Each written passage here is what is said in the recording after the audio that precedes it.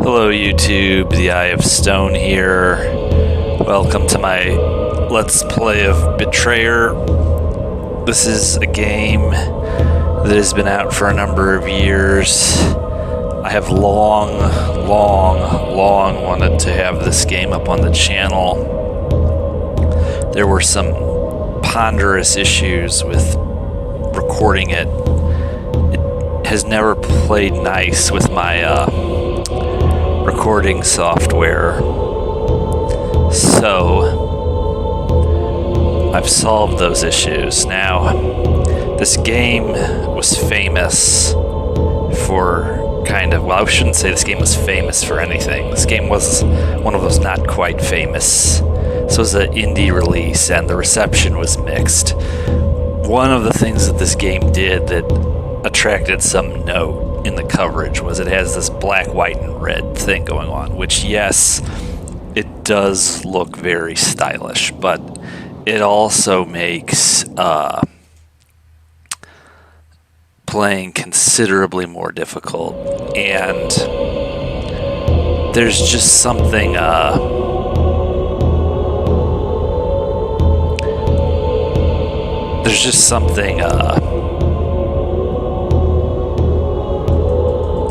little bit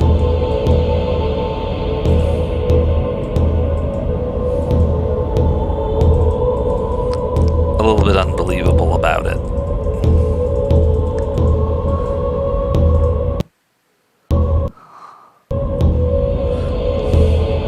There's no reason why I shouldn't be able to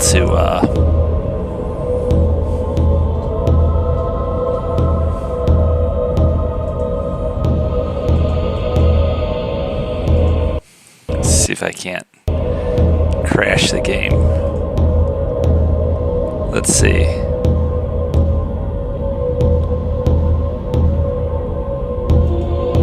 No.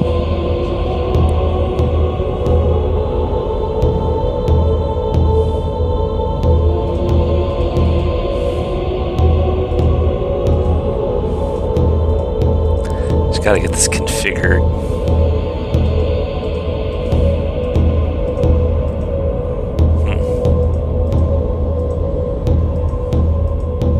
See, we're using black powder weapons and crossbows, so it actually is kind of a I think we'll go with a high vis red dot. Okay.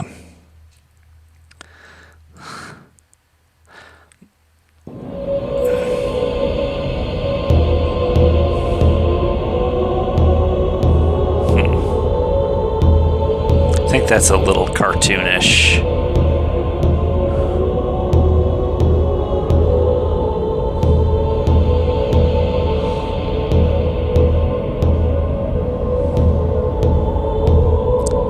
I think that's pretty realistic.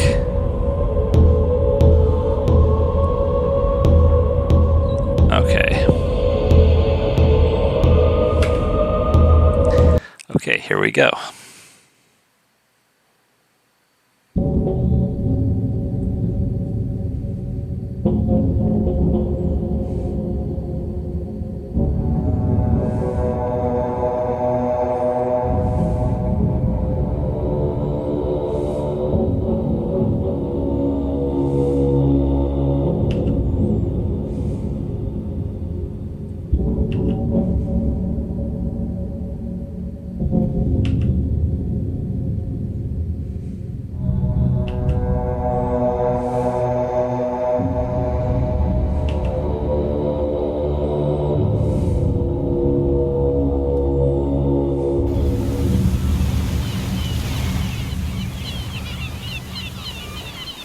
So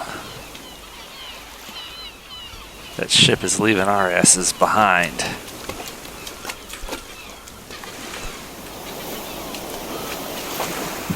I'm getting a lot of vertical tearing on my games lately. It's nice that this game is old enough I can turn it all the way up to super max and have a lot less of that. There's only a tiny little amount now. So you can right click to zoom your view, crouch is control, shift is run, melee is E. And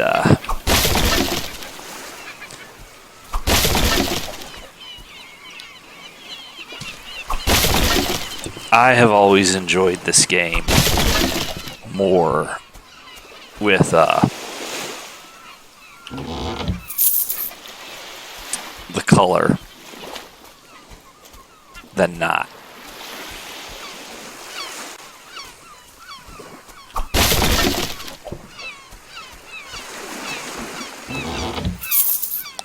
Okay, so we were shipwrecked. The other ship is left. We're stuck here.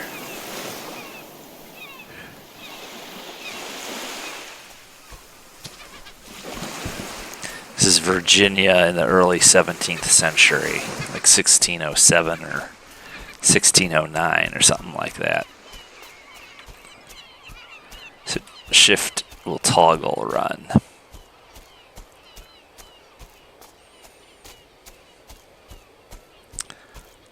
Of all the games, all the mini games in my Steam library, Betrayer is the only game that I was so into that I have literally every single Steam achievement for Betrayer. Now, maybe Steam achievements mean nothing to you, and I'm not, saying they mean a ton to me, but I would have been playing the game anyway, so the Steam achievements gave me arbitrary, pointless little completionist tasks to shoot for while I played this game obsessively. I went nuts over this game. It's fair to say that this is a stealth combat game. It's an indie release, it's just based on Unreal, and it's not that the gaming press failed to take any notice of it. It's like people said it looked great, but that it was repetitive and that it was a little light on the story. Well, it's like if you don't have the patience to read, and if you don't read for enjoyment, then yes, the story will be opaque. And if you don't enjoy reading books, you're not going to enjoy the story of this game. The gameplay is a bit repetitive. It's hardly a game of pinball, but it's kind of like you're playing it's the same basic idea in a bunch of different maps, and the maps do get harder as you go on, and new enemies show up, so it's a bit repetitive, but not in an unrewarding way. Uh-oh. Who's that?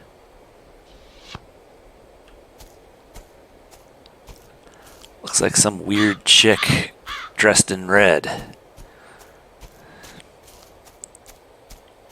She's an archeress, and we're in the low ground. I do not know who you are or why you've come here, but you should turn back lest you become trapped in this place as I am. I am already trapped. Alright, so here's our interface. We've got loot. We've got basically the game is run from this desktop. So a young woman in a red cloak appeared along the path from the shore and sent a note attached to an arrow. Okay, the maiden in red. And you can go back and read it again here. Alright.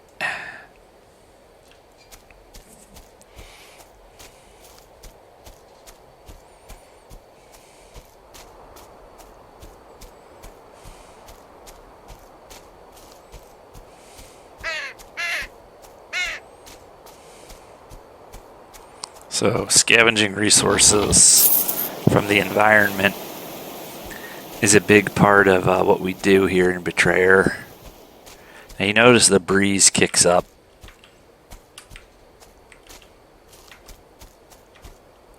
That can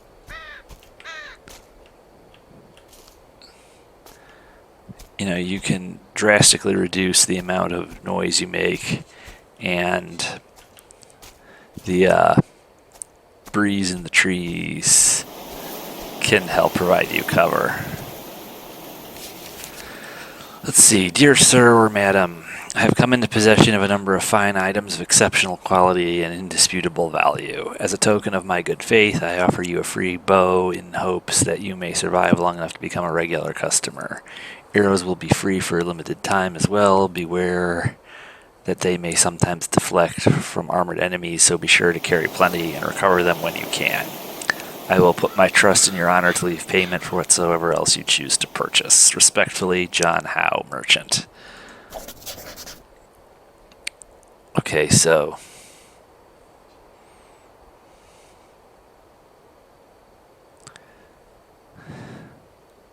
we have weapons, ammo, and charms. Some of these charms don't do much. You can up your capacity by buying quivers. And it's not just bows, it's also crossbows and black powder weapons. Not all the charms are crude. Someone described the upgrades in this game as timid. Some of them are, some of them aren't. You can deck your guy out to be quite the man-at-arms.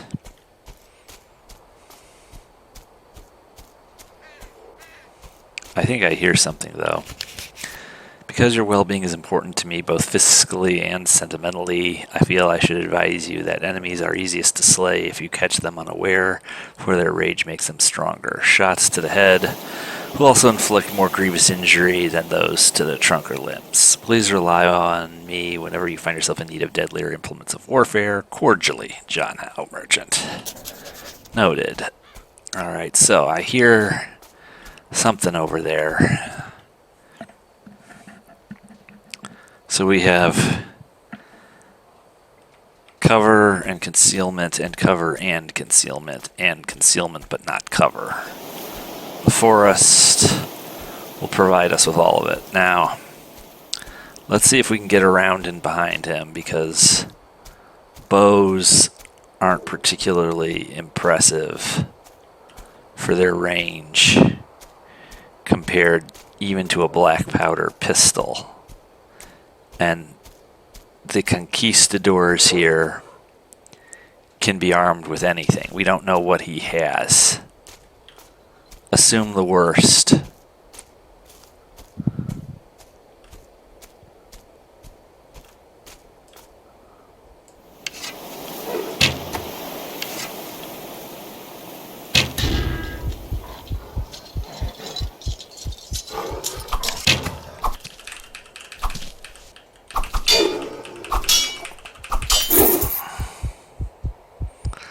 Okay, that was botched badly.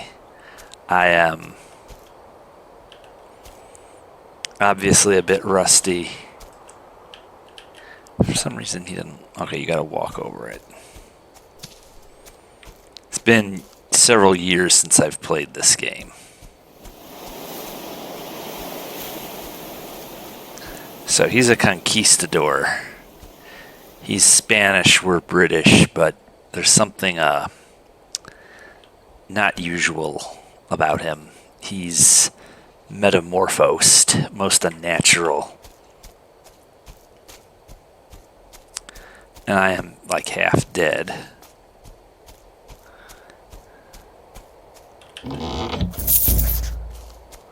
Okay.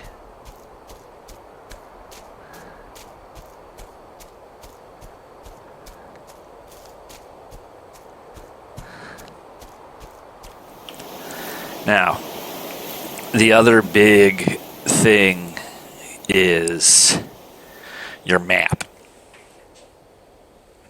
I mean, you don't have to use it, but it's what's efficient. If you want to keep pace you need to use it. And the nice thing is you can control what you do and don't show. There's various things you're looking for each time in every level, and you can control how much information you have on the map at a given time and go after the things you want to prioritize in your own way, in your own time. I appreciate that. Weapons you recover from slain adversaries are generally of poor quality, being both feebler and more cumbersome to employ than you may desire. The weapons I offer are guaranteed to do more harm and do it faster. John Howe, Merchant. Alright. It's not going to be that easy next time, obviously. Here we are at Fort Henry, the first full level of Betrayer.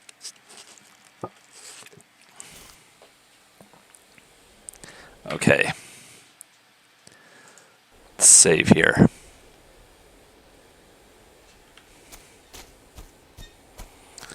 So, in theory, this is an English colony.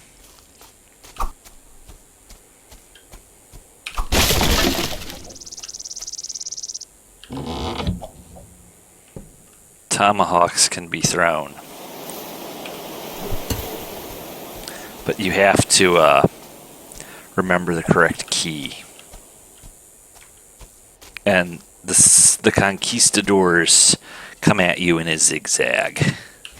They don't come at you straight. It was remiss of me not to mention that enemies are more likely to discover you if you are moving. Crouching makes you significantly harder to detect and allows you to move quietly. Use the wind to your advantage. Gusts will mask your footsteps, making it easier to run up behind your foes without alerting them. John Howe, Merchant. Alright.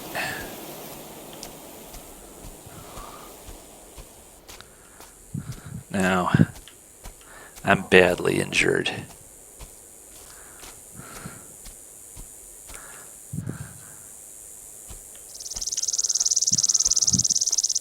This is a bit of a gambit.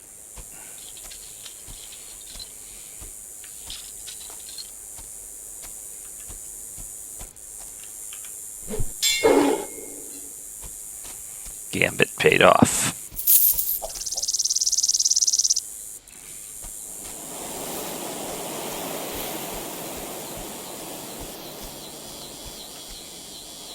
There's the flag of England. Everything will be okay if we can reach a fort that's flying the English flag.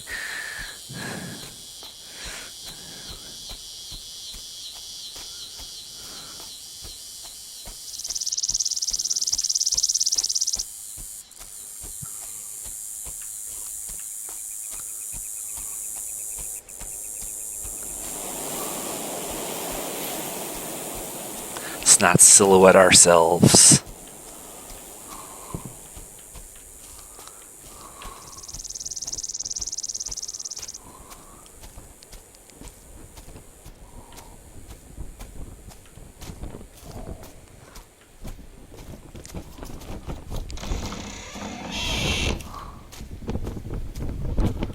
Someone opened the door.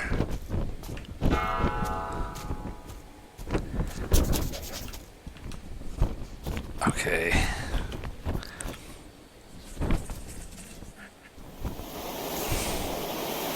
So, the map is pretty crowded right now. We're going to go to work on that after we see the sights here.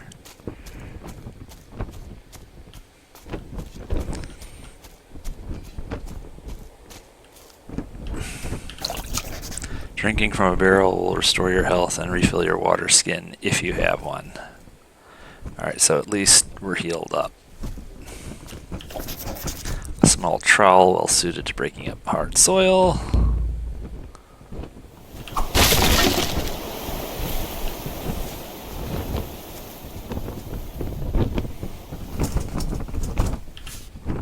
Indian arrows that were most likely intended for the head of a sentry. Now, if you see that flashing thing just on top of the red dot optic I apparently have, even though it's the 17th century, That's a clue or something. You can see the cross is similarly signaling us.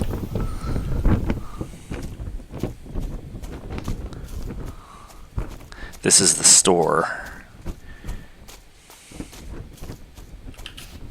Something appears to be buried here, but the soil is so rocky that it will take more than a trowel to dig it up.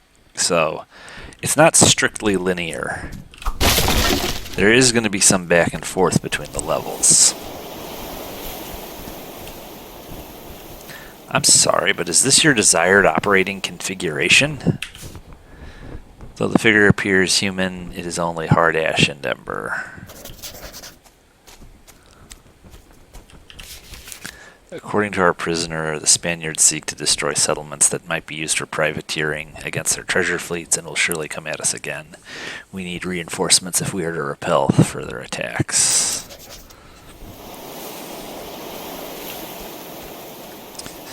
Healthy competition. You can drink from a water skin to restore yourself at any time. Be sure to refill it at open barrels. Okay, so you can press Z to heal. See the two red dots that showed up, the two red plus signs that showed up above our health. Okay. The Indian king, whom they call Werowance, was much pleased by our gifts of tools and trinkets and gave us in return an abundance of corn and bear meat, which is an excellent victual. Actually, apparently it's pronounced victual or something like that. I'm a visual person. My pronunciation is terrible.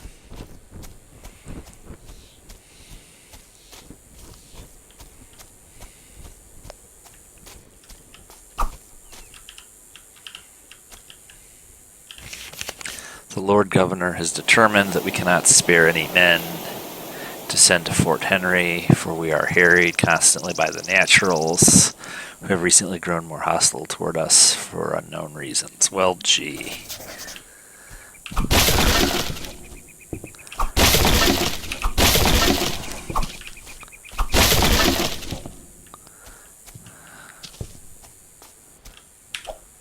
An ornate bell. It appears to be in good condition.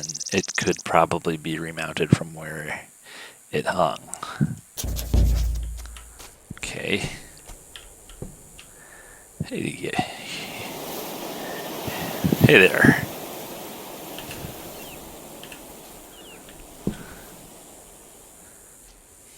Nothing yet.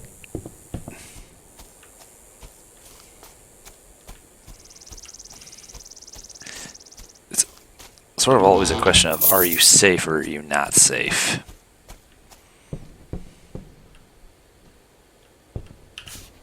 More Indian arrows. Either there was a large-scale attack or several smaller skirmishes.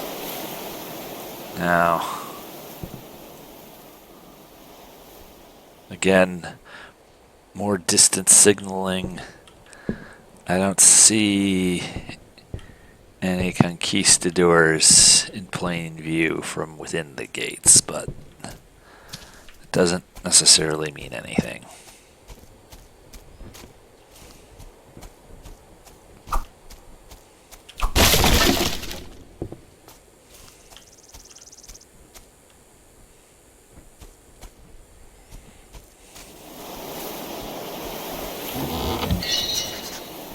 Crude charm of soldiery.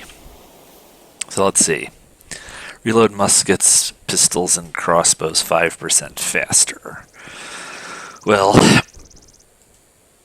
that's good, because those weapons are not really semi-automatic in any sense.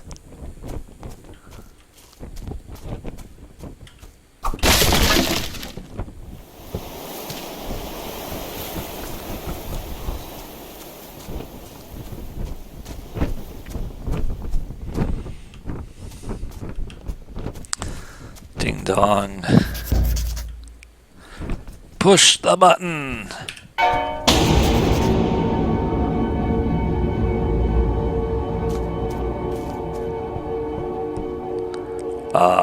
What the hell? Everything's all weird and creepy now.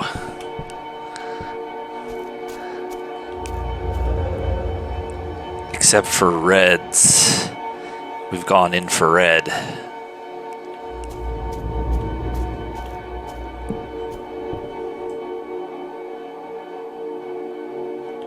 It's all goth now.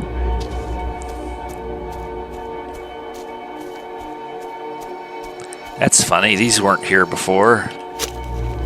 Dug up what appears to be a human eyeball, though it feels more like a stone.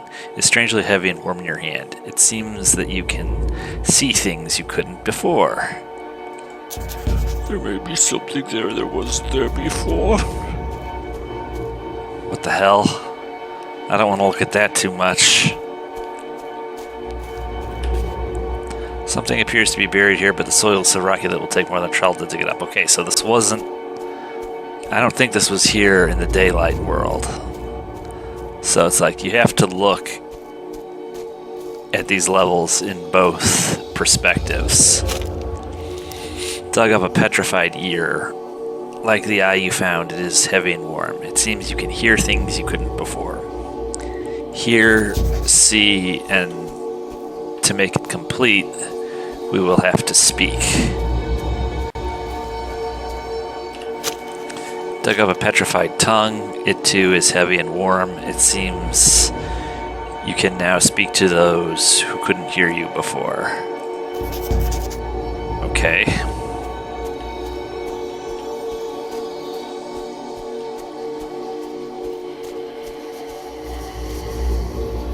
Oh dear.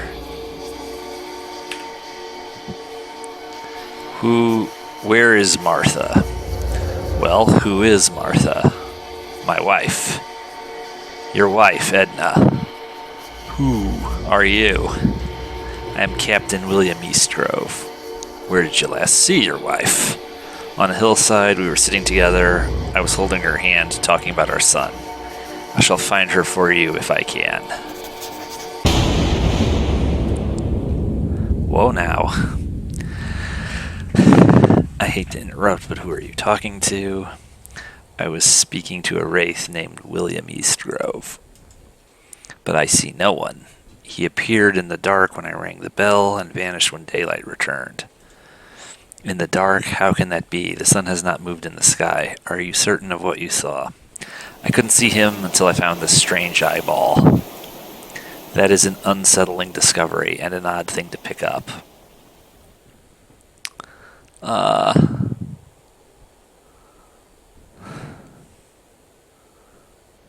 First I find the tongue more unsettling. You didn't lick the wraith, I hope, though I confess I am suddenly curious what one might taste like. Who are you? Nice bust, by the way. I can't remember. I am sure that I lived here, for this place is familiar, but it's like a dream I can't quite recall. Do you remember anything? My sister. I have been searching for her, but I can't remember her name either. Perhaps she is hiding from the Spaniards, for they seem more beasts than men. Spaniards? I have seen no one but you since I awoke in the forest days ago. I assure you that there are no Spaniards here, not anymore. They seemed real enough, like the darkness and the wraith. What did he want of you anyway? He was searching for his wife. I would help you find her, but it is hard to track what one cannot see. And I must seek my sister. Please let me know if you see her. We are twins, so which should be easy to recognize. Where shall I find you if I have news to report? Let us meet in this fort for now. I should also like to learn the outcome of your search for the wraith's wife. I can't help but worry what's become of her. Very well. We can help you, but for a cost.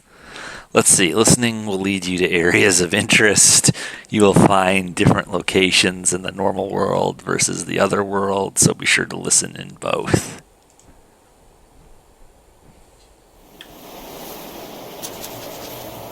Now you see, pay attention to what happens to the compass think bar on the top. Watch. See? When the lights... Well, let me see if I can acquire the signal. When the... Okay, see that?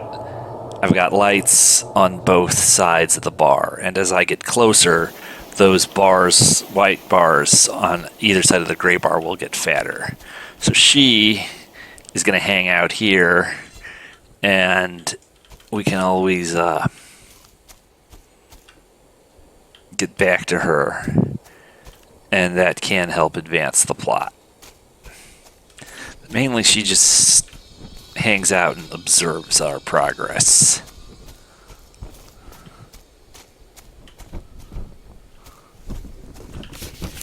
Dear sir or madam, I hope that the bow I gave you has been of reasonable service, but I would encourage you to consider some of my finer wares.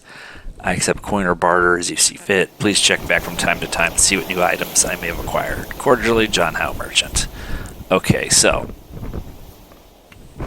that common musket looks nice, because I'm not much of a bowman in this game.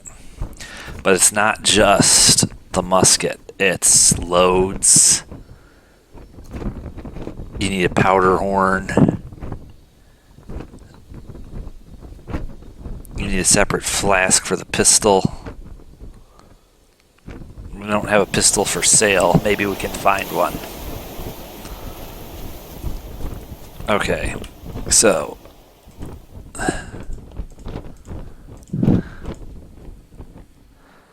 now there's no right or wrong way to go about this.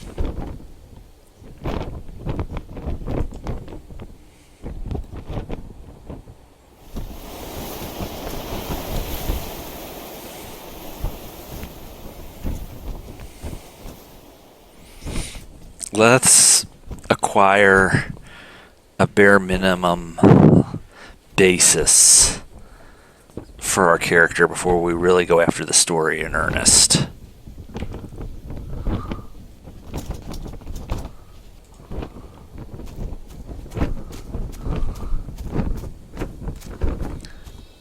Now,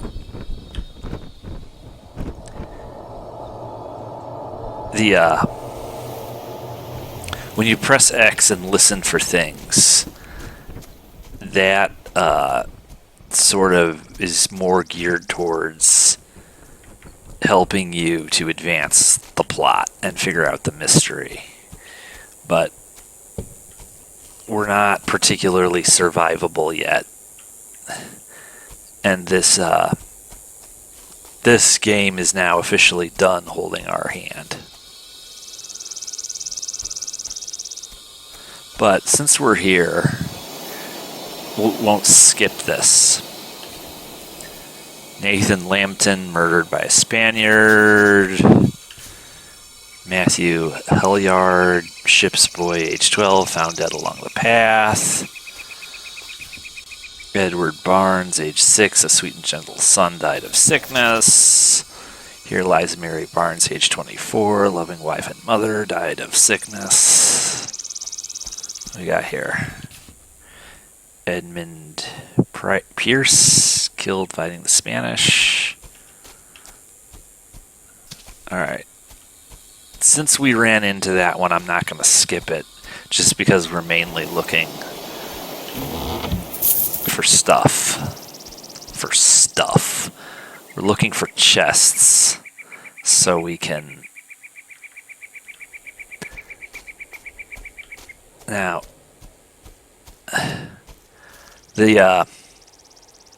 much like Skyrim, this game has a very long draw distance.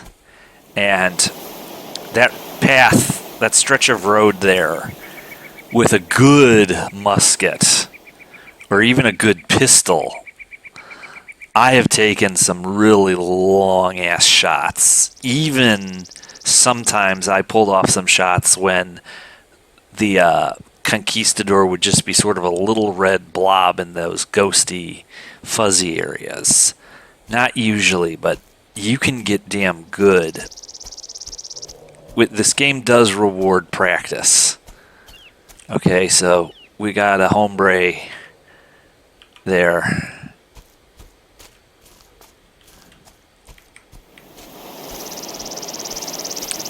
This could be dangerous.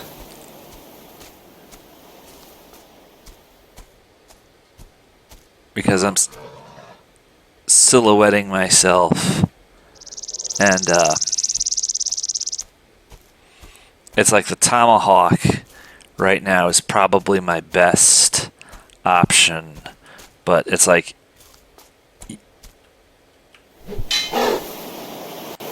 that makes noise. And other ones will come to investigate. Okay. You gotta remember to pick up your tomahawks.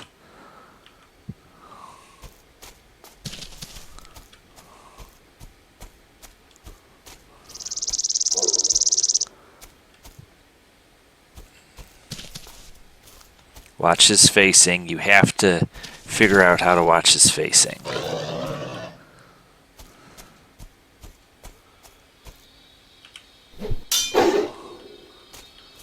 Okay.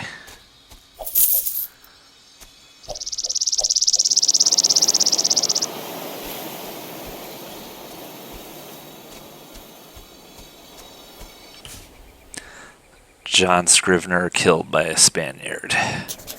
So there's been some warfare here.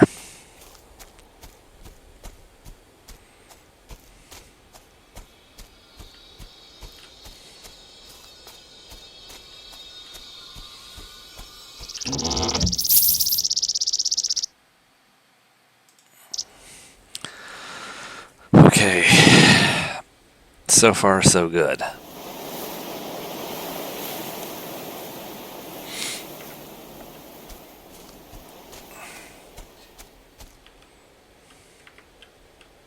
There's only so many enemies per level in the daylight world.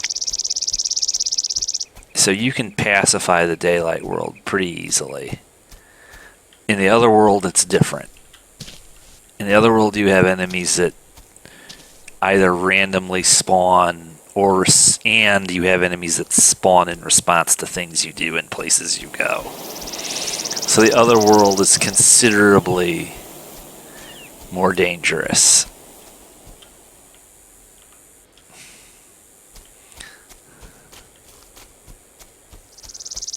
And it's just a different set of rules.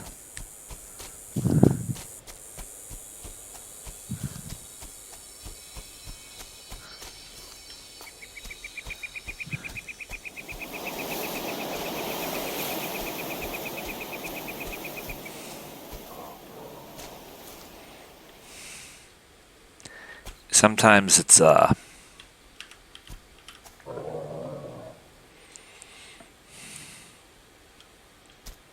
sometimes it's easy to close the distance. Sometimes it's harder.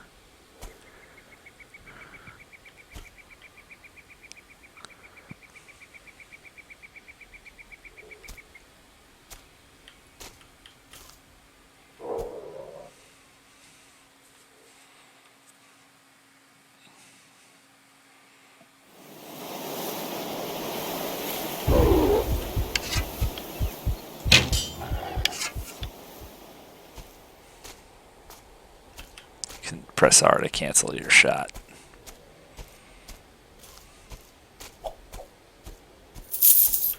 Okay.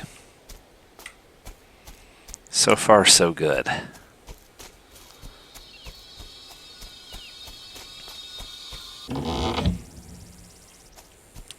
Not every chest has it. Sometimes there's empties.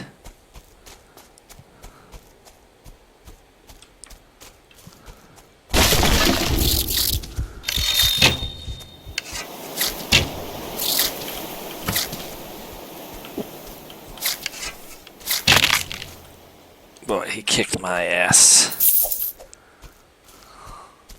So, it's not just Spaniards.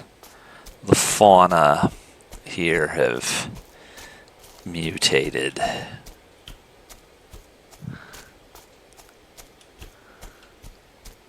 Let's pull back. Is not going to be rewarded by pushing or attempting to extend ourselves just yet.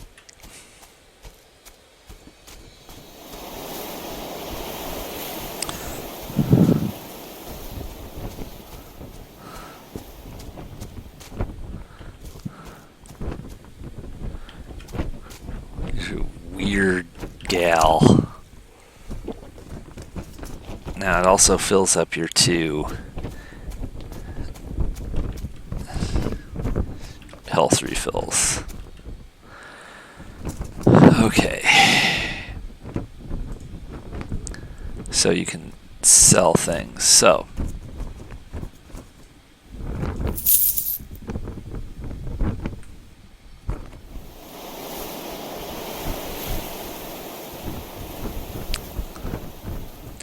I don't know.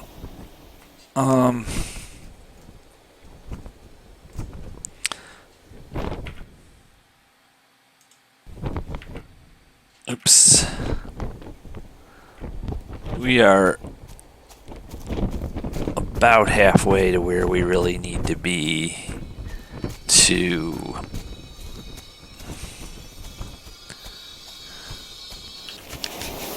several among the council are wary of treating with the naturals, but I believe I have convinced them of the necessity, for we cannot assume that Sir Christopher will outfit a resupply fleet with sufficient urgency to ensure it reaches us from England before we have no more need of it.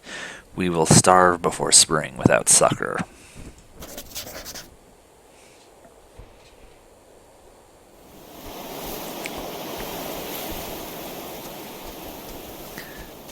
Since it's relatively safe near the fort, be careful though. Reginald might let a true gentleman.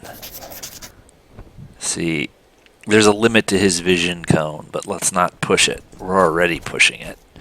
Don't silhouette yourself on top of a hill and pay attention to their facing.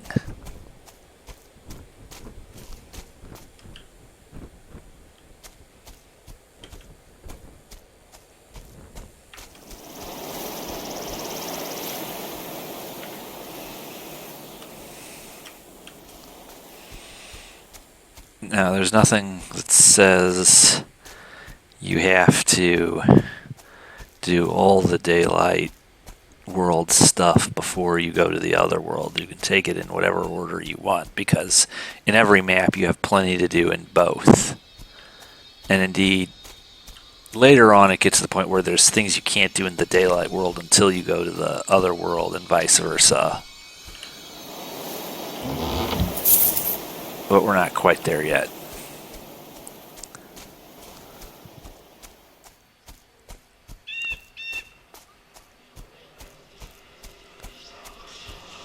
That sounds delightful.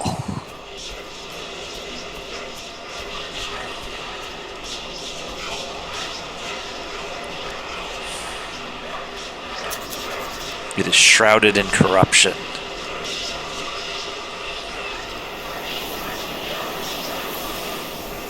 Okay, so let's see what the journal has to say about that.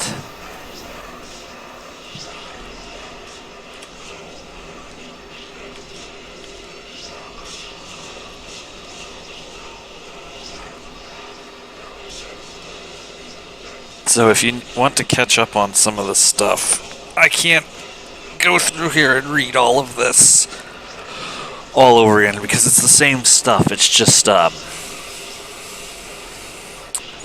just here. Everything we encounter is collected here. So I will do my best to go over all this stuff.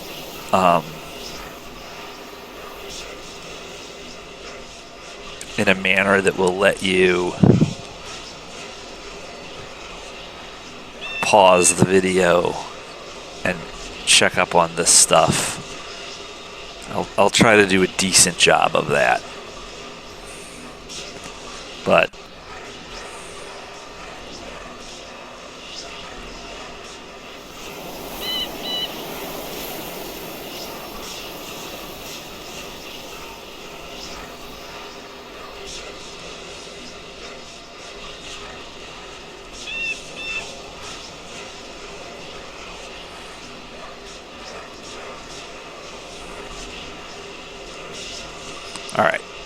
this thing gets filled with notes.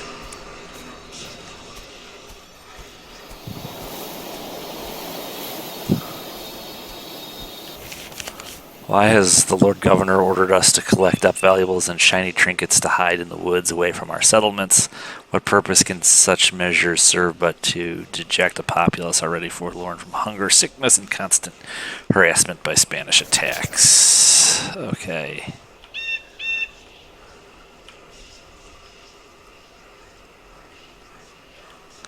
Alright, so my quest for goodies is once again gonna bring us into conflict with the Crown of Spain and the agents of its viceroy here in North America.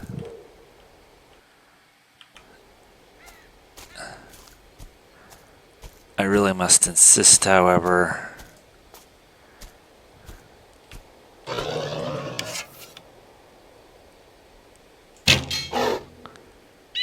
headshots are difficult, but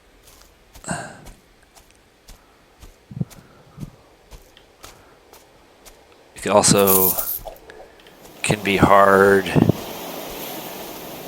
to guesstimate their vision cone properly. That one almost got the drop on me.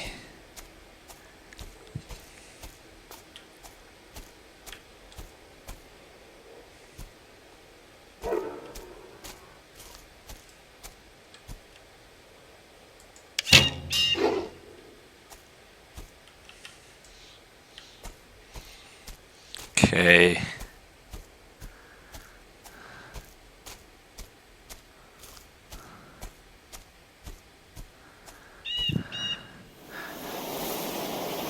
More or less, there's another party of them by the exit of this level, and they're very soon going to be the only ones left. We're right on the edge of this guy's vision cone, but we're also very close to the next chest. We're... There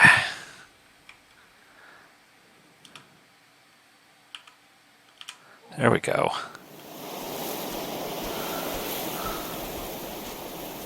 He's probably going to see us. I think he's carrying a musket. I need to be careful. Alright, there's no way I'm going to get at that thing without taking him out. So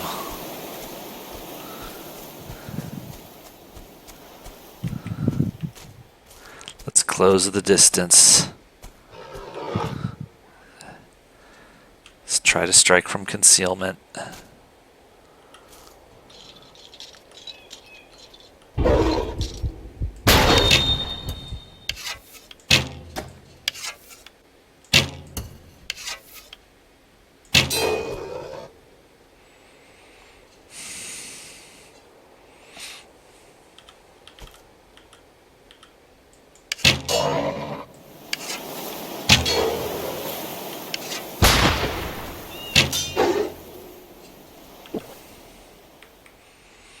Alright.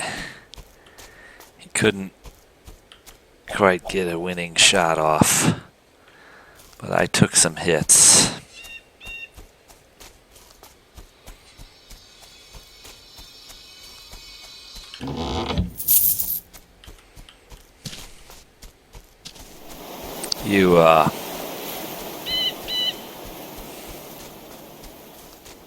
You don't have forever to scavenge things off of them, so you want to make sure you scavenge. When you take one of them out, you want to make sure, okay, these we will leave unattended because we're going to have to fight the small party that guards the exit of this level to get to those. There might be a couple more of them over here.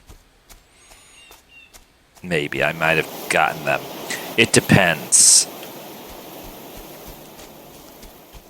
There's a promontory over here. There's more stuff on the other side of it, but there also might be more Spaniards.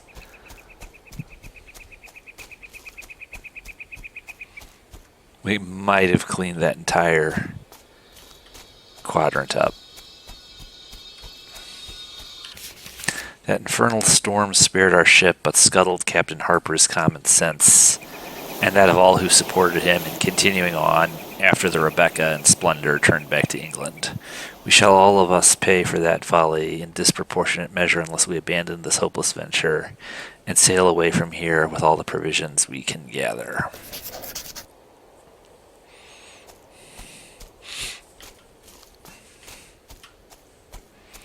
So you can discover locations and fast travel to them. And there's not necessarily only... See, it's not necessarily only one barrel. Okay, we have a friend. This morning we could find no trace of Tabithia Markley. The sentries saw no one coming or going, nor was there any sign of struggle. Even her sister, asleep in the same bed, was not roused. It can only be some foul sorcery. Again, we're living in the age of hysteria here.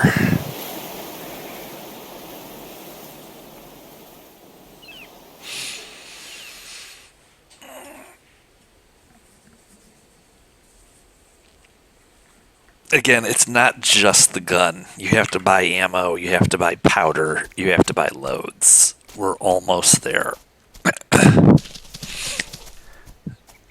Just a couple more skirmishes, and we'll be able to afford a decent common musket. I'll tell you what, though. There is a reason to come back here because my inventory is full. So I don't want to engage with them and not be able to pick up things that they drop. There's no reason why we have to put up with a rusty musket.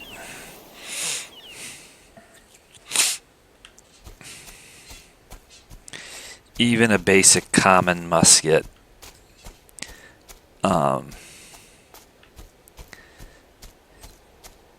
a well-placed shot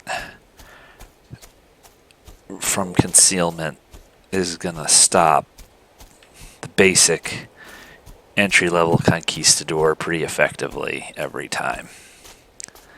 Not always, but almost.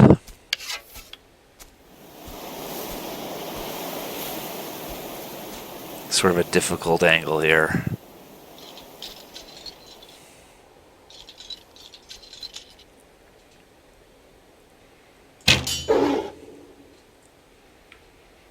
Okay.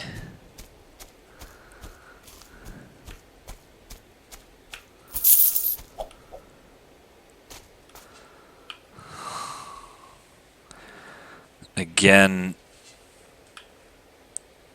the game is going to be a lot easier if we really focus on building up our capability in this first level.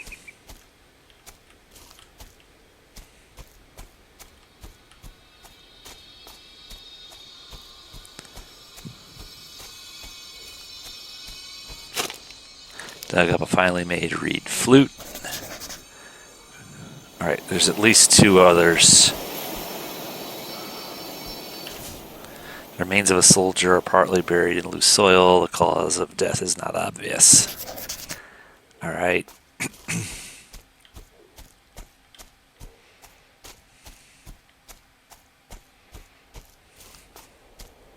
I don't know what that is. We will investigate it. We've got two of them. Shit.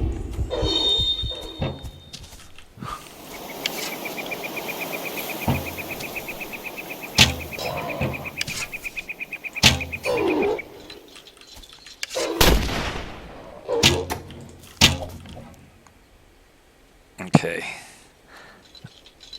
I'm in trouble.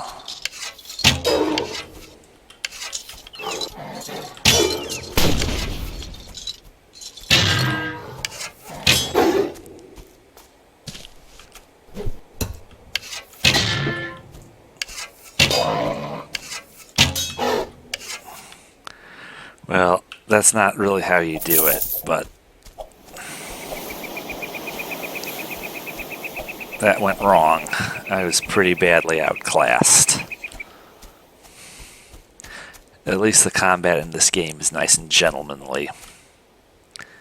Okay, so now if you look at our health thingy, if you look below it, we have a tomahawk, and a bomb.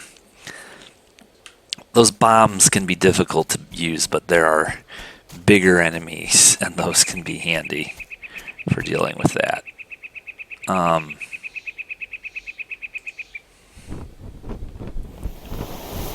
It breaks immersion to fast travel, but it really is the most efficient thing.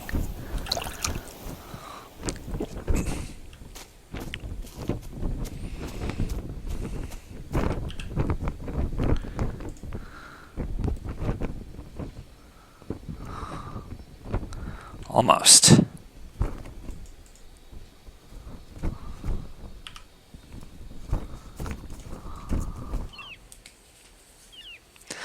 Now,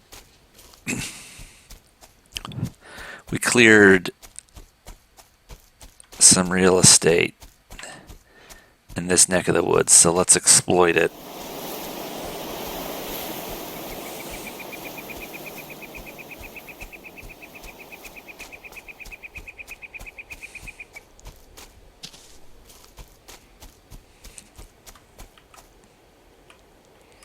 Come on.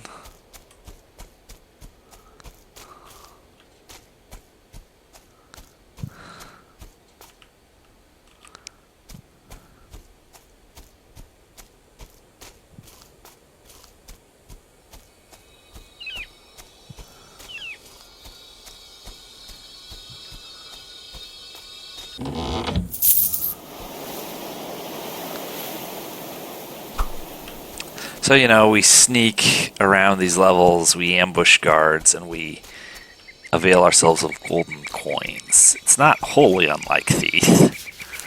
Mary Barnes and her son Edward are the latest to show signs of sickness. If Ustis Cage cannot find some remedy, this strange contagion may soon claim its 10th and 11th victims.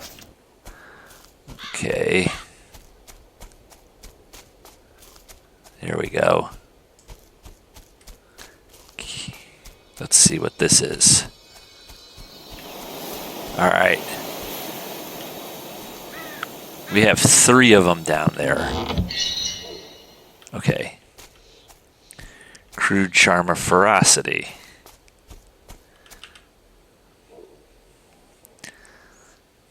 Inflict 150% melee damage and attack 5% faster. This can be... That's not nothing. And that's only the crude charm. Sometimes don't undervalue the melee in this game.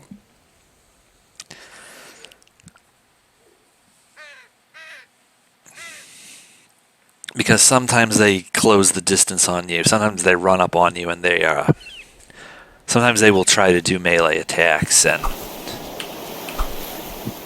they might come pounce on you while you're reloading.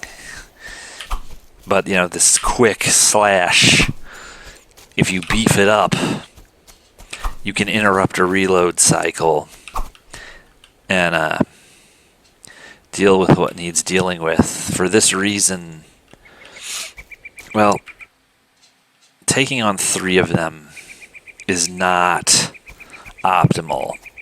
And indeed, we have slots for 3 charms. Lowering your reload time with the black powder weapons is a good thing to do. So it is not for no reason that I'm going to undertake to liberate this beyond. There's going to be another party guarding the exit to the level. But beyond them, these are the last dudes we really have to worry about for this first level. Now,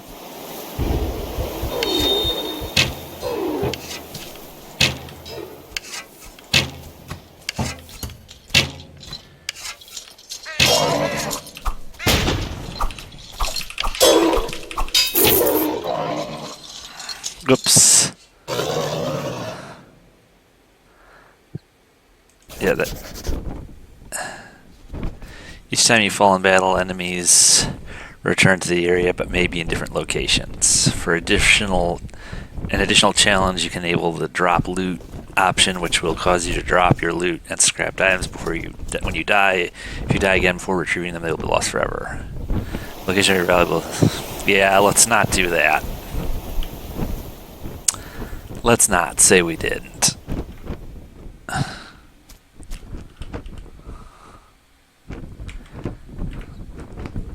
Well, we're a bit richer, but we were also a bit deader.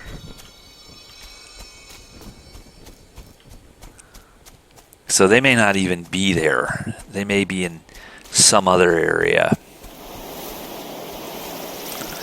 Or they may be right there, honestly. That's a pretty crucial area of this map.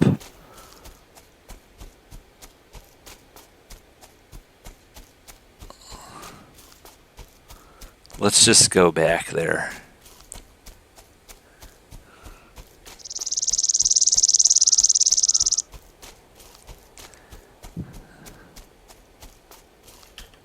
Already got that one.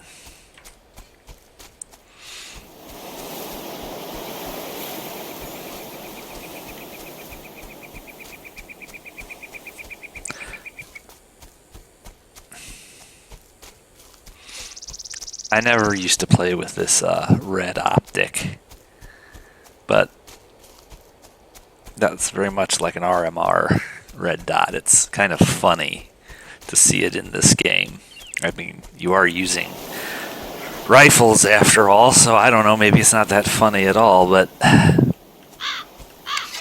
let's see. Huh. There's still 3 of them. Alright, let's try to draw this guy away from his reinforcements.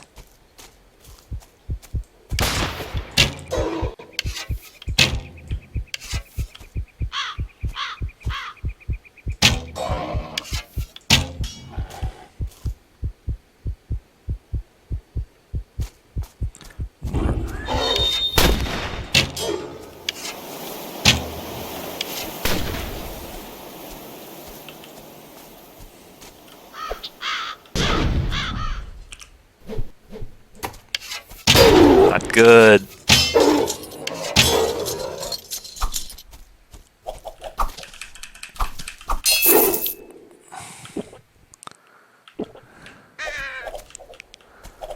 Okay. So basically, that pushed what I can achieve with the longbow to the limit. Okay. We're gonna need to use this tomahawk.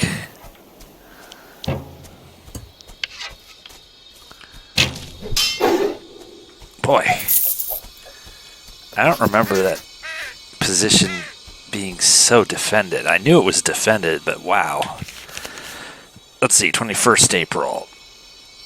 Drifted 8 hours owing to fierce winds and heavy squalls. 22nd April, the storm worsened and we drifted most of the day. High seas and constant lashing rain drowned nearly 24 poultry in the hold and damaged sundry other supplies. 23rd April, sighted the Rebecca before noon. She was badly damaged by the storm. We'll have to turn back for Plymouth. We will sail on alone.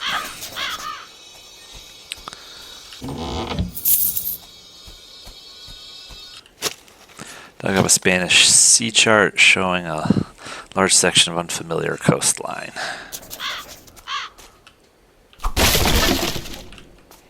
Okay.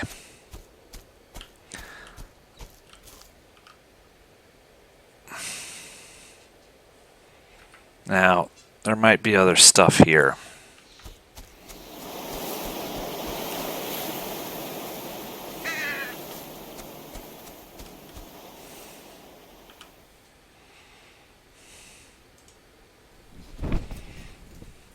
We're out of arrows anyway.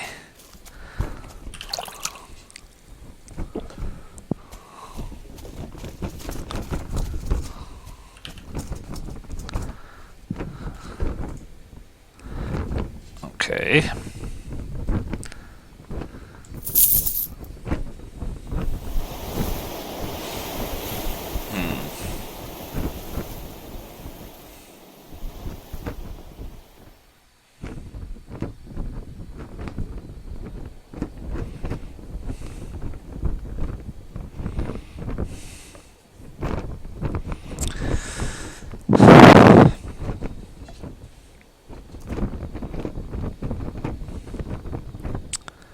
Let's see.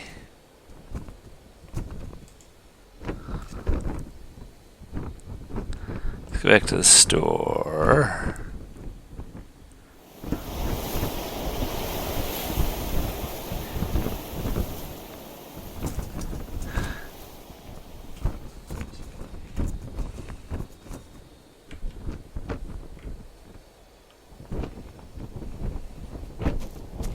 Well,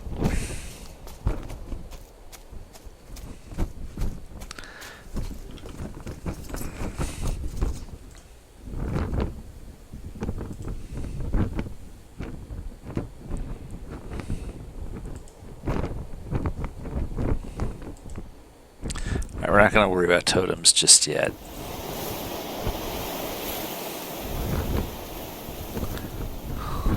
We're not going to worry about race. We're not going to worry about shadows. We're almost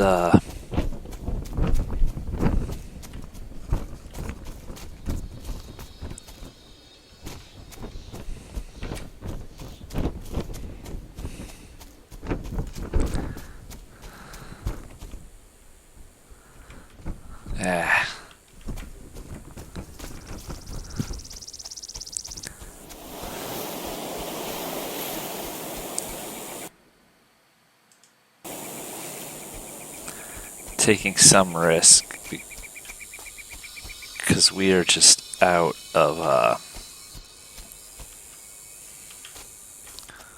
don't think there should be any of them over here though either. There might be though.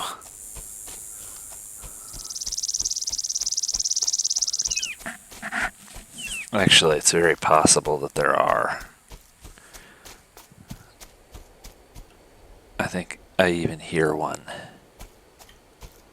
See, I don't know if it's really coming through on YouTube, but directional audio is very important here.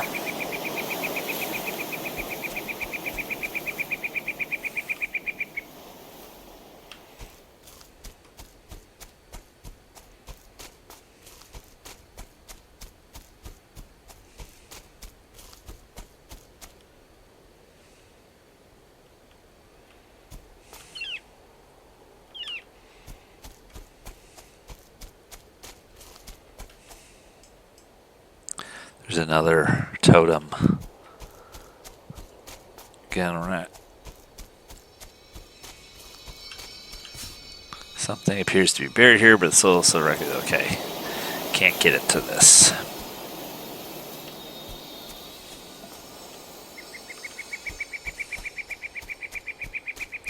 So some of these things we're going to have to come all the way back here for. There is some non-linearity here.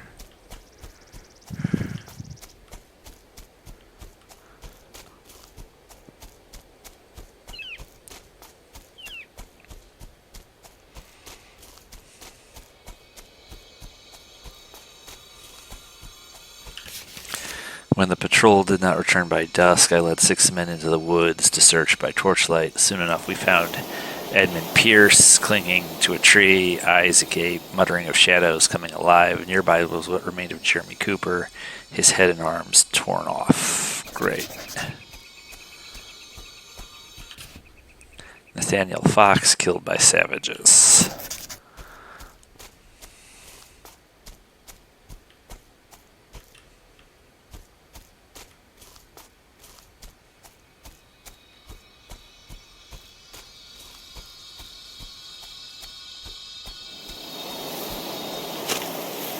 Dug up a knife with a broken blade. The handle is carved ivory, suggesting it belonged to someone of means. Ways and means. These containers appear to have stored luxury foodstuffs brought from England. Only moldering scraps remain.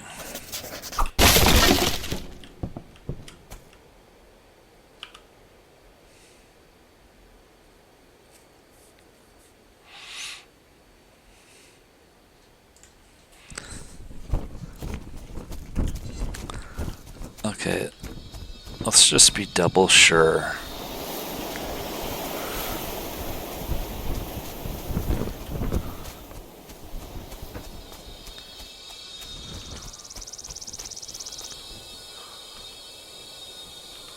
Alright. And yes, I am trying to put off going into the other world. The other world is always considerably more dangerous and does not hold your hand. And there might just be along the southeastern area of this level, there might be a few more nascent resources.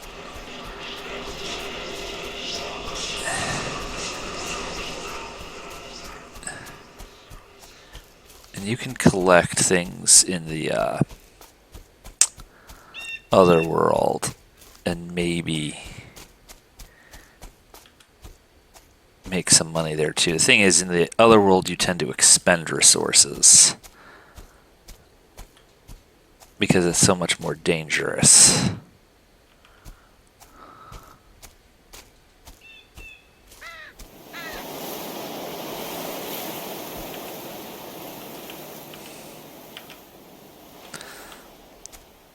It can be very easy to walk right over something and not see it.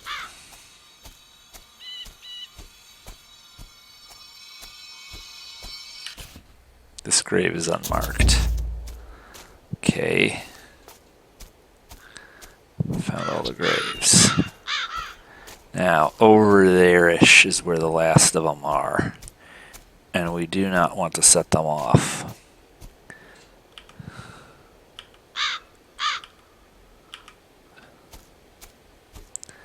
The arrow doesn't lie.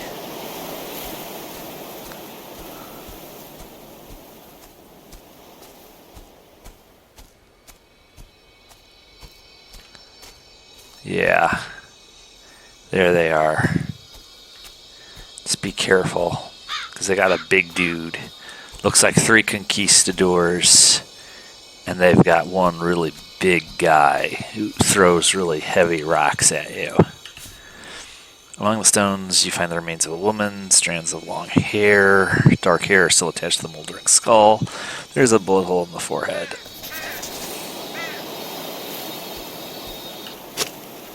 Dug up a valuable-looking distinctive necklace of gold and topaz. Okay, found all the clues.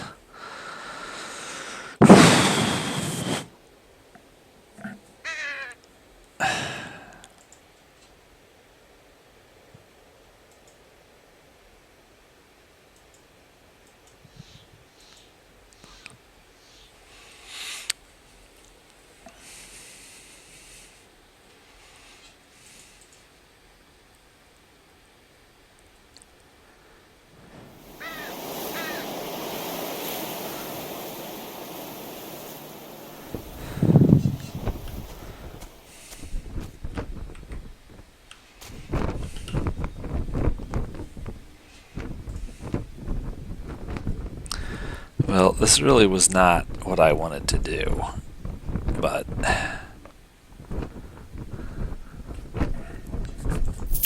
we only have to buy it once.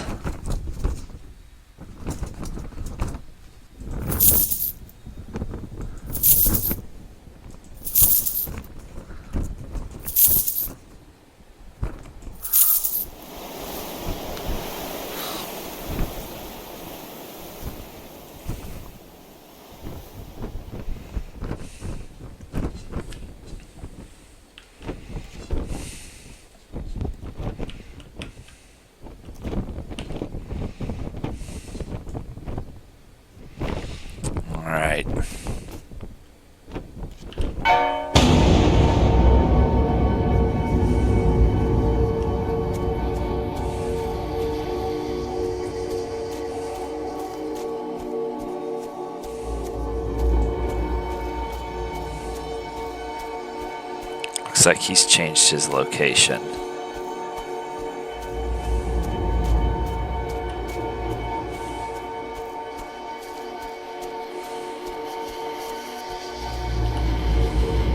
Do you recognize this topaz necklace? It is Martha's. I gave it to her after our son was born. I found it near the remains of a woman who had been shot. Now I remember. I found her on the hillside to the south on a warm and pleasant morning. I sat beside her, holding her hand and talking about our son as she died. It was you who buried her? Yes, I thought she would rest better there than near the fort, so I covered her over with stones. I meant to return to dig her a proper grave, but someone stole our only spade, and a trowel would not suffice. Huh.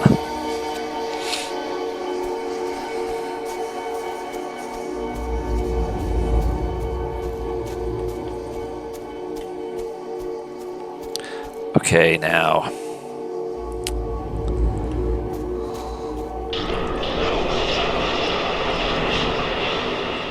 This one is going to lead us straight to the first totem. And I suppose we're just going to liberate it. But this is a different ball game.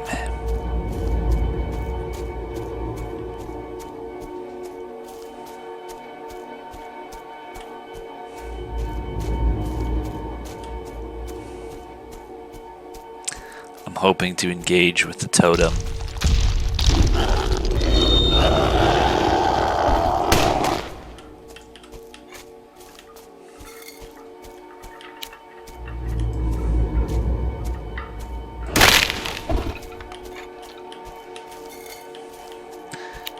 Absolutely do have to move evasively.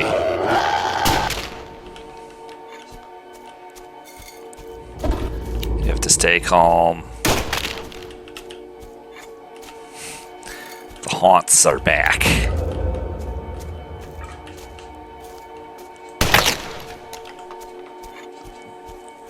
Alright. That was decent.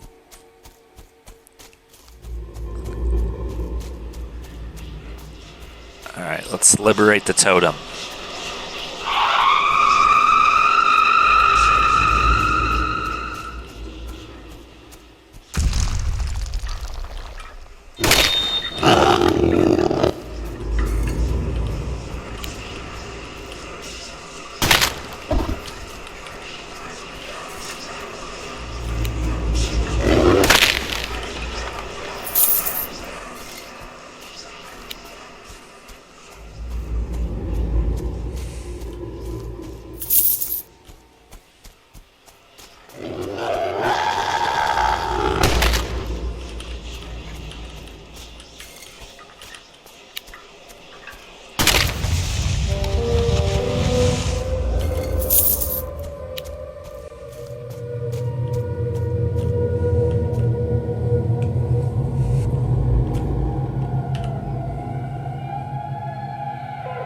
Has been cleansed of corruption.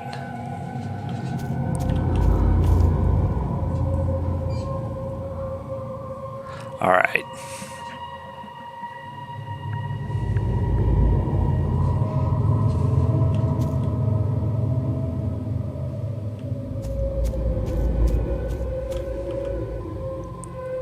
Now,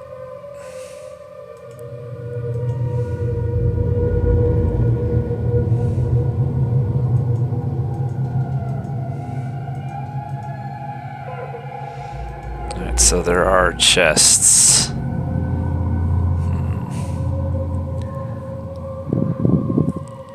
Put those back on radar. We might be able to get at those because the Spaniards won't be there.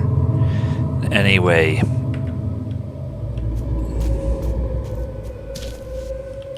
However,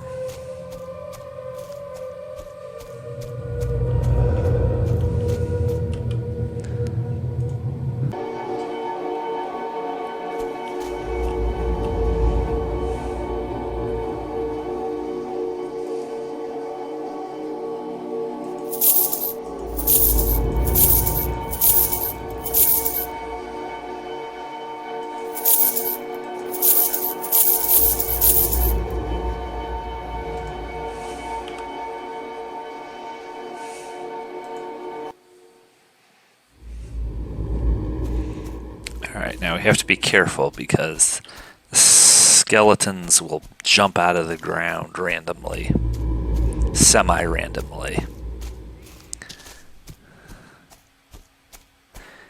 And you don't know exactly what your reward is going to be for killing one. Sometimes it's good, sometimes it's crappy. So it's like you stand.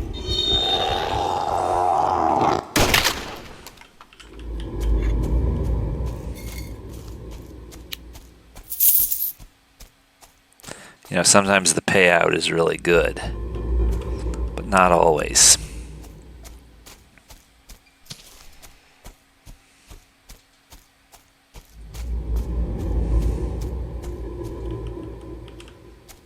Okay, so okay, you can't access the chests in the other world. All right.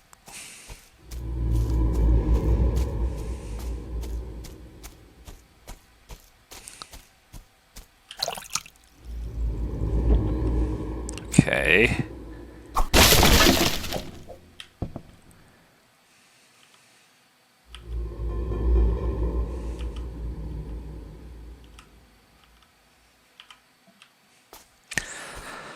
So far, I have to admit this crude pistol has been serviceable.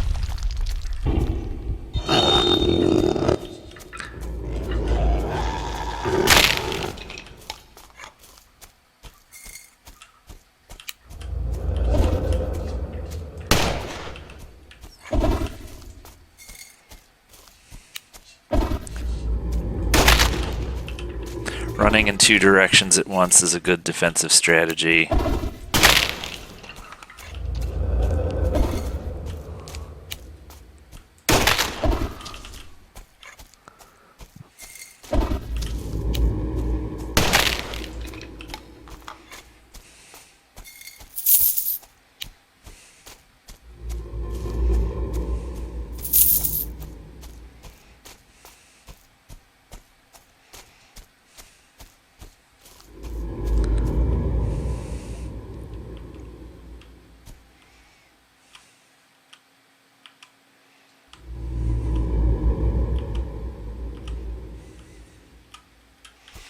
Okay.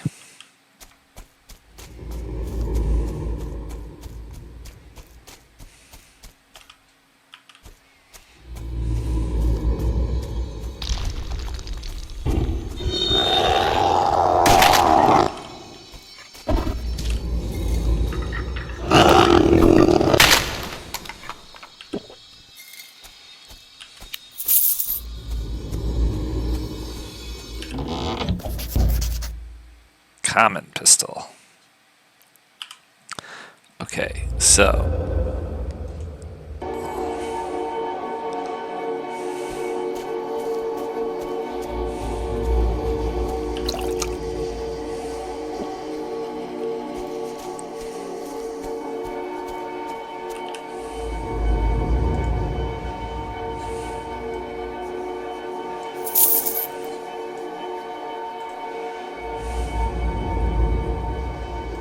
okay.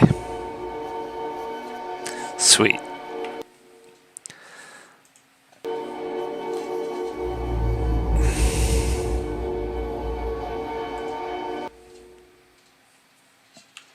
All right, our objective this time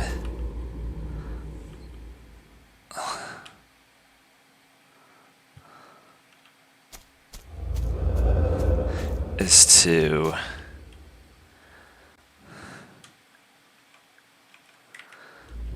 liberate this southern, cleanse this southern totem.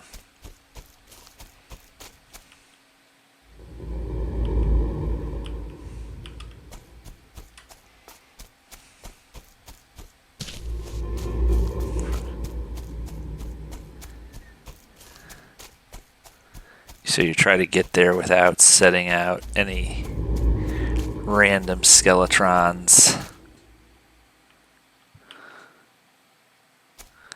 But when you fall off the map like this, like I apparently just did, You might have extraneous combat to do.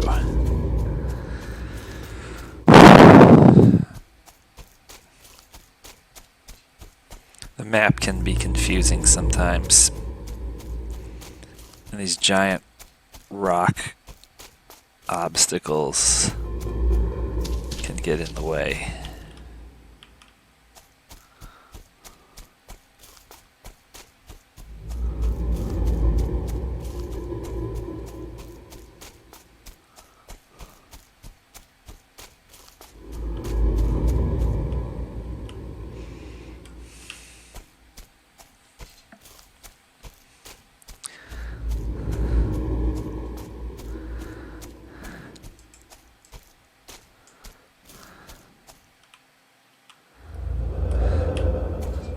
Come on.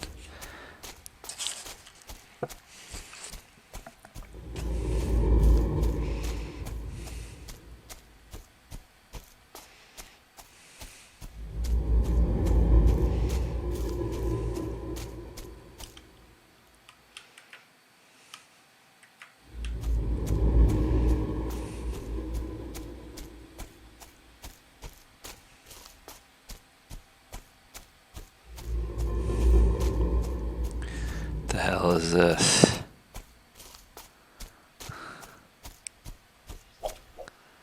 Explosives. Okay.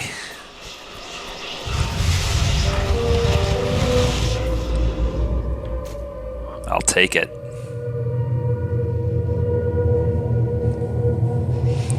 Must have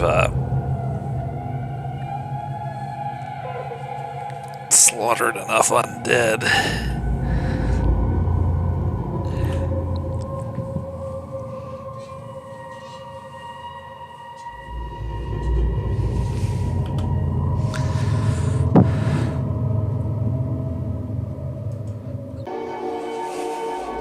Now let's see to the northern totem.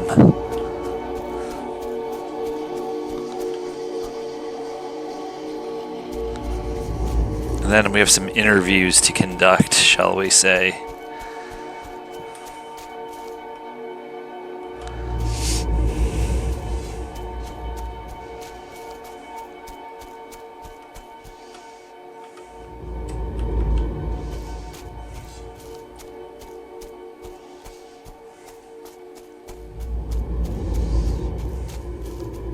It's probably not going to be so easy over here.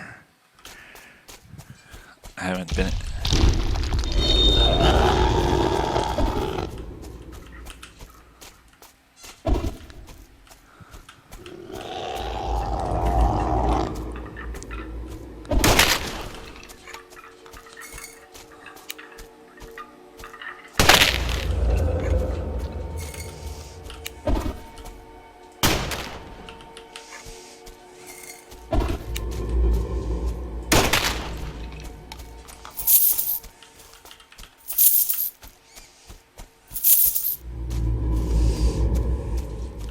All right.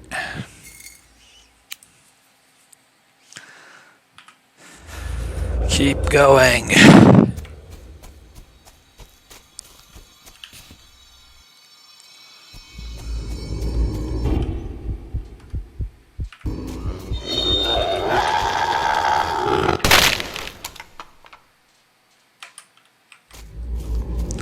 Oh, and apparently I am stuck walking.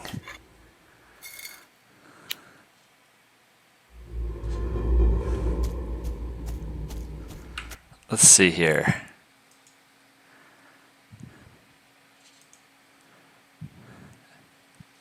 Did I... Let's turn that off.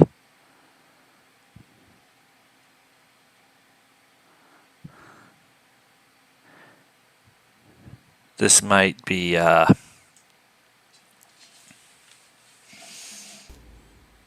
There we go.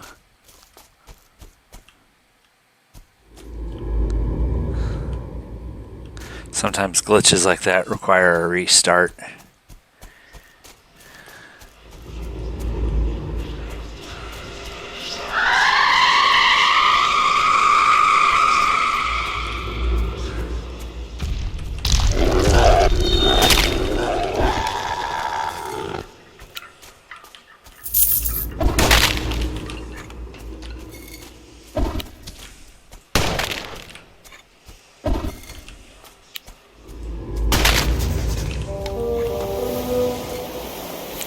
Corruption is gone. The wind has shifted, dispersing the stench of corruption from the area.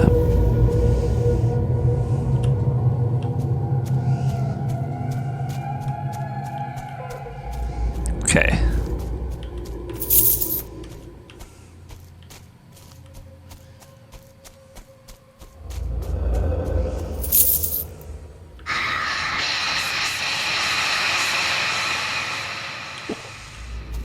While we're here, things will have simmered down a bit. There will still be random skeleton spawns, but not as many.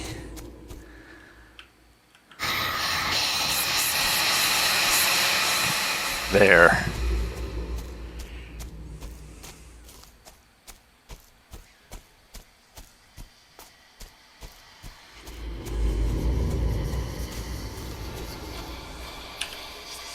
I've lost my way in this darkness. The sound of the bell will lead you home.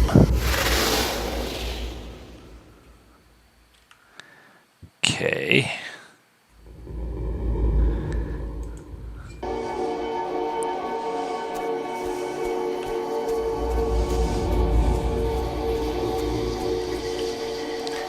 Edmund goddamn still hasn't returned from patrol. Where did you last see him? We met by chance near Dodd's Hill. It was nearly dark. He said he'd found a Spanish encampment and showed me where it was. Who are you? Gregory Ward. Do you recognize this reed flute? I remember thinking how sad it would be here without Edmund's music. An Indian gave him that flute after hearing him play. I found it near the remains of a man who had been killed near the encampment. Then that's why he never came back. Is it? You wouldn't know anything about it, would you?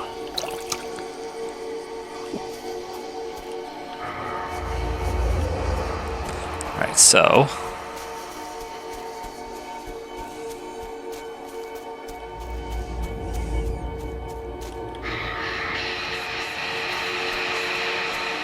See, when they're equally apportioned and light up, you know you're heading straight towards it. And then as you get closer, it gets fatter.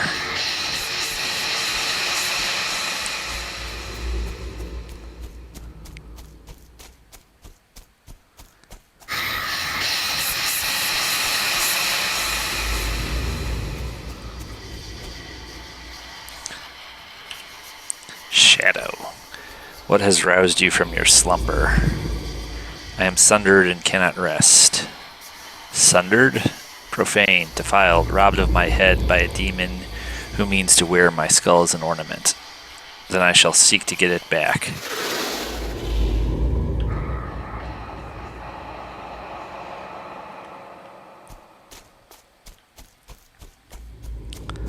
Okay.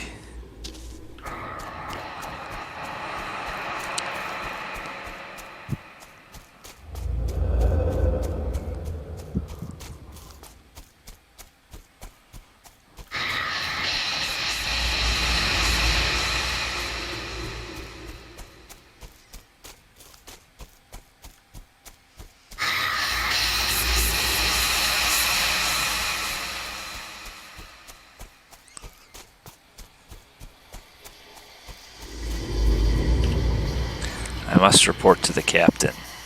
Is this your flute? It is. Then you must be Edmund Goddamn. Yes, you have given me back my name. Gregory Ward said you showed him a Spanish encampment. I remember pointing through the brush to where the Spaniards were gathered around their fire. We counted 24 men at least. I showed him the map I found lying in the grass. The wind must have carried it away from the camp. He looked very grave when he saw it. I suddenly thought to ask him what he was doing so far from the fort. What did he say? That he always loved hearing me playing the flute.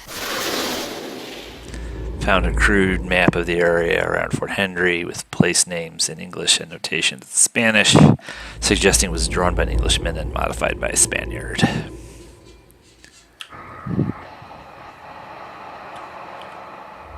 Can be pretty sure that's Fort Henry.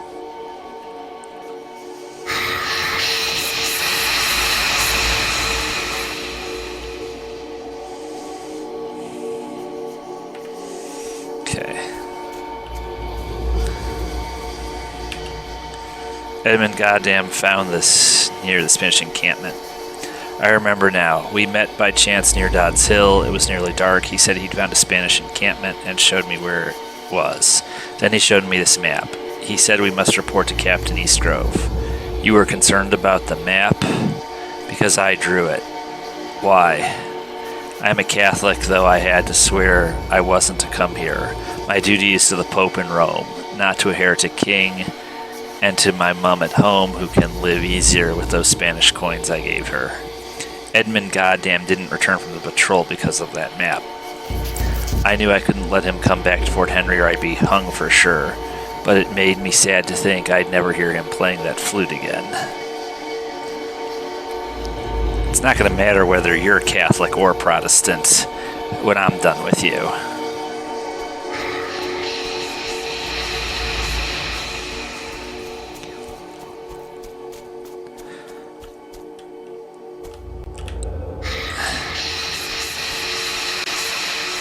I think Catholic or Protestant, when you Christians act hypocritical, you end up in one and the same hell.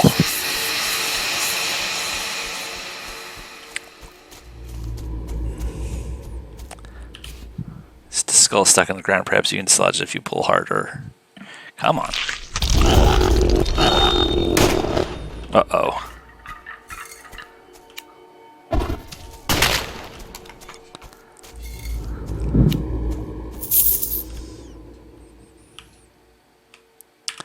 Oh, now come on.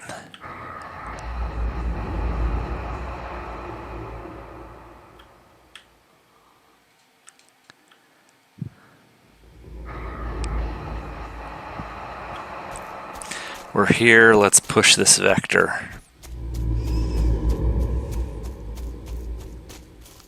Beginning to run low on ammunition.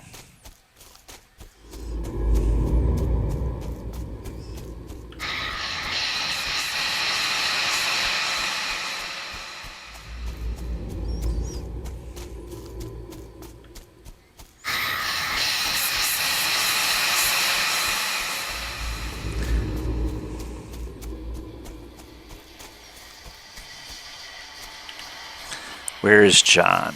Who is John? My son. Where did you last see him? My husband, carrying him through the gate. I was so relieved to see them, so happy. Who are you? I don't know, I can't remember. This topaz necklace is yours? Yes, then you are Martha Eastgrove. I remember now, you have given me back my name. What happened to you? I remember staring at the barrel of a pistol, fearfully but strangely calm, and I began to pray.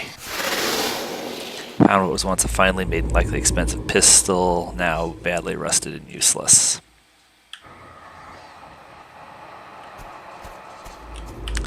Let's go back to the fort. We're out of ammo.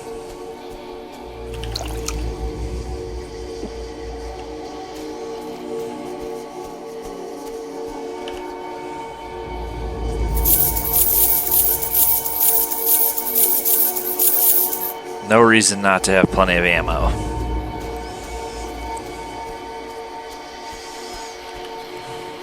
Martha is anxious about your son.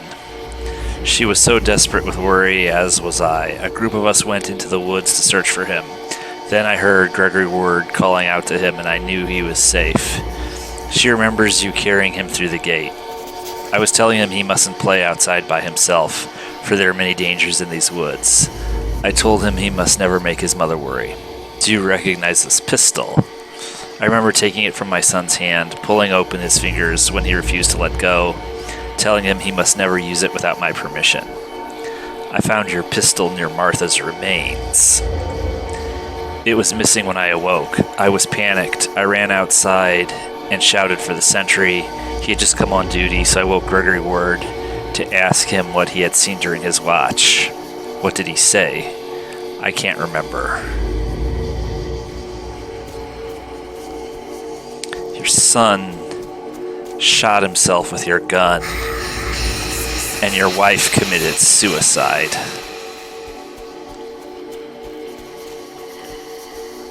William Eastgrove woke you to ask you what you had seen during your watch.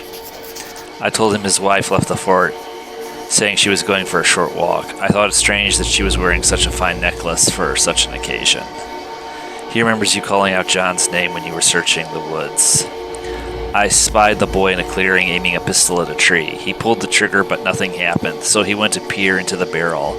I was shouting at him by then, running toward him as fast as I could. I don't remember hearing the shot, just the smoke obscuring him. Well,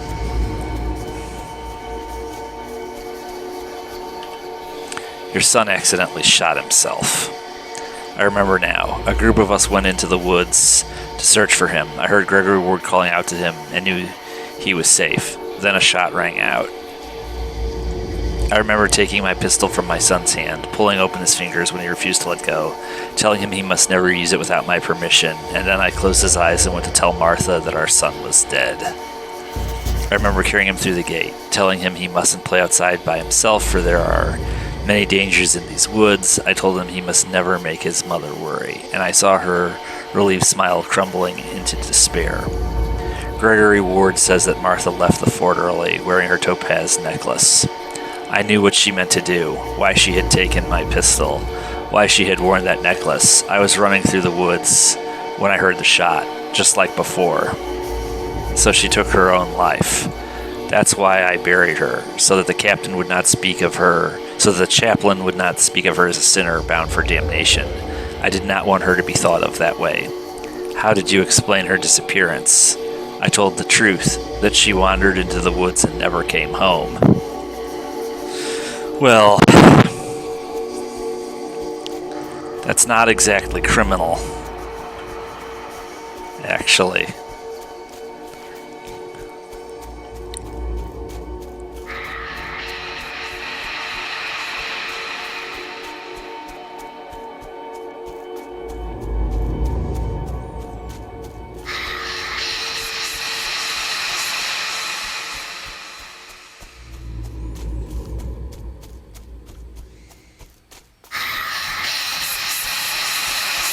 If you're inside of it, when you press X, it gives you that beacon. I believe I have found your skull. What was lost has been found. I shall give you something in return. You are most generous. Crude charm of swiftness. So move 4% faster. And that can help. Charms can help.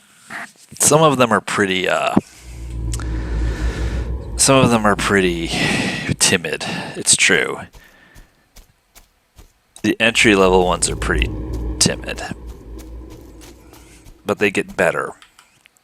And you shouldn't rush to sell them, because nothing I do is really going to actually, you hear nothing else in the darkness. Okay, let's go back to Fort Henry.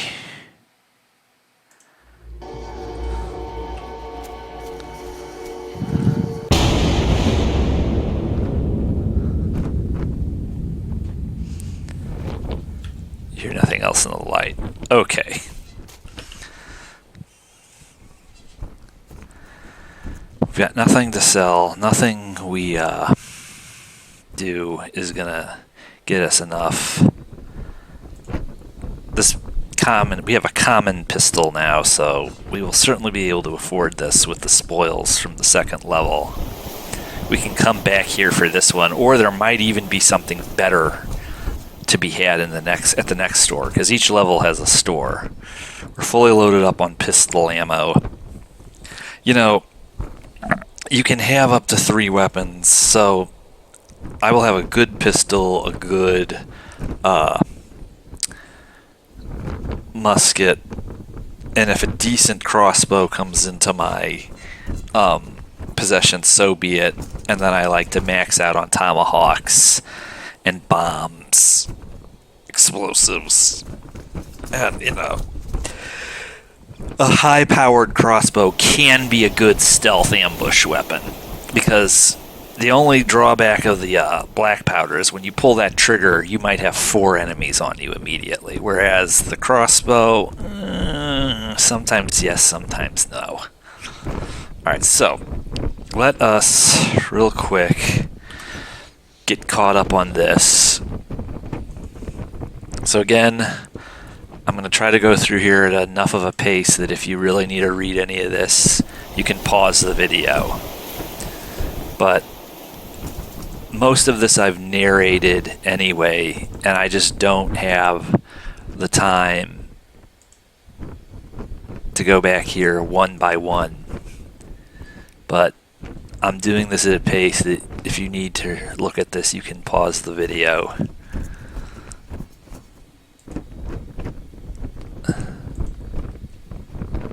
Okay.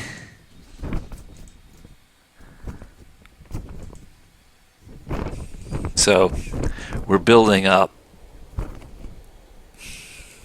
cases on all these people. Frankly.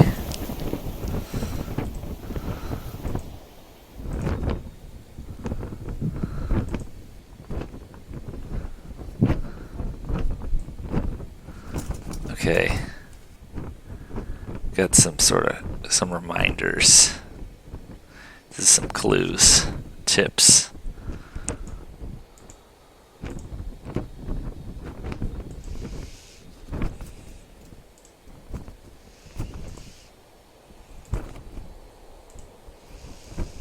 Okay.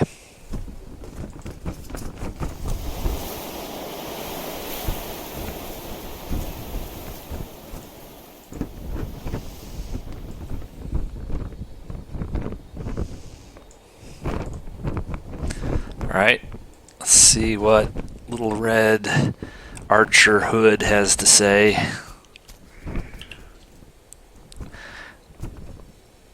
I remember we lived here for a time after we arrived. There were many skirmishes with the Naturals in those days until finally we made peace with them. Do you think these ash figures were the people who lived here? Which ash figures? You have not seen the figures of ash that look like people? Are you trying to scare me? That sounds horribly unsettling, but I've seen no such thing. So, again, she's nuts and we're nuts. I've learned the fate of a Wraith. What did you learn? That Martha Eastgrove shot herself in grief over the accidental death of her son. In doing so, she doubled her husband's grief and made him bear it alone. I think she was very selfish. Learned the fate of a Wraith. What did you learn? Gregory Ward killed Edmund Goddam so that he would not be exposed as a Catholic spy. To be a spy is to be a constant liar. One cannot be a liar and a servant of God, to say nothing of being a murderer as well. Well, that I agree with. I have a gift for you. What is it? Now, it's one of the challenges of this game to get Little Red Riding Hoodlum here to accept your gifts. She's not usually inclined to do so. Let's see. This reed flute that belonged to Edmund Goddam. Why are you giving it to me? I thought you might enjoy learning to play it so you can entertain me. I shall practice dutifully, but only when you are out of earshot. Okay. Okay. A Spanish sea chart. Why are you giving it to me? An enemy sea chart is a rare prize for the crown. It might come in handy if we find a ship. That is a shrewd notion. I shall hold on to it. Okay. And then a necklace of gold and topaz that belonged to Martha Eastgrove. It is very beautiful. Why are you giving it to me? Because you are also very beautiful. It can be bartered. It didn't match my complexion. It troubles me to think of trading away someone's belonging, but it also troubles me to think of tossing away something so finely crafted when it could be passed along to someone else who might treasure it. I don't know. That was an ambiguous answer. So, now what we need to do is we need to fight our way out of here.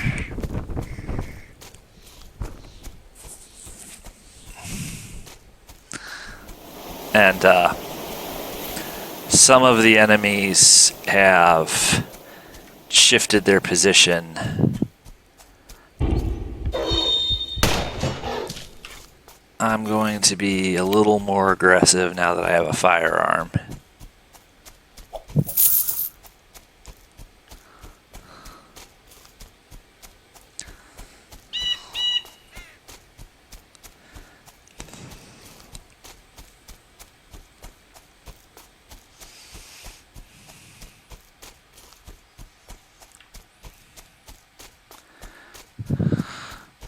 They are here in force.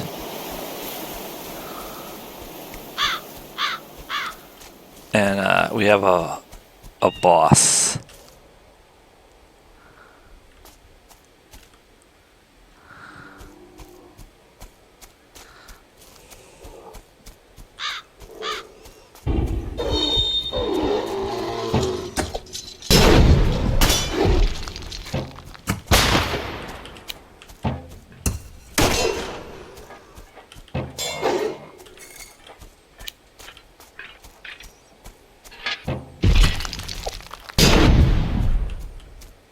Okay, that did them a world of hurt.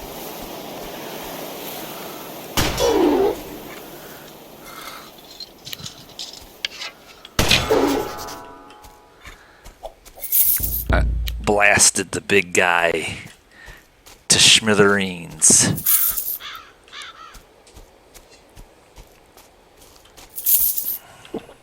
So we brushed them aside pretty easily.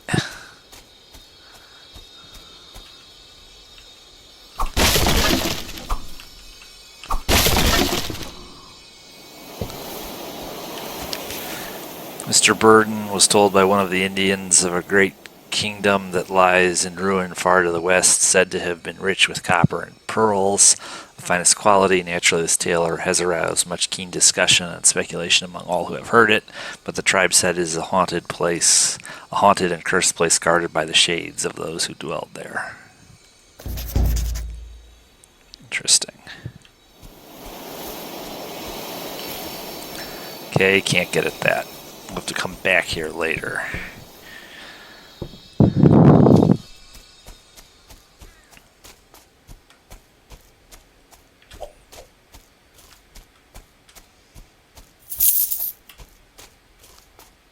Okay. One more time.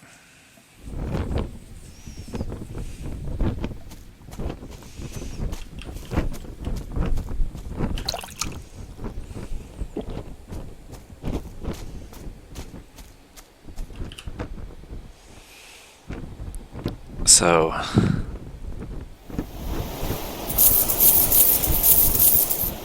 we will certainly be close to being able to afford our first musket. And, well, we're already close, and we will certainly, by the time we finish the next level, that will have been seen to. So now we go here, and then we simply proceed.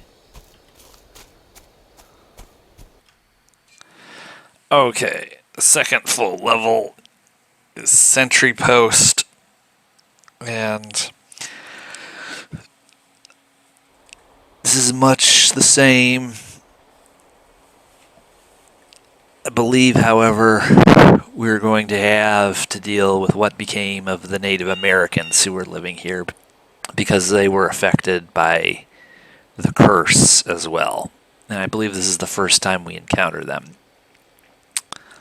They are probably actually the trickiest enemies in this game. But I will see everybody back next time for part 2 of Betrayer. I hope you'll join us. Later.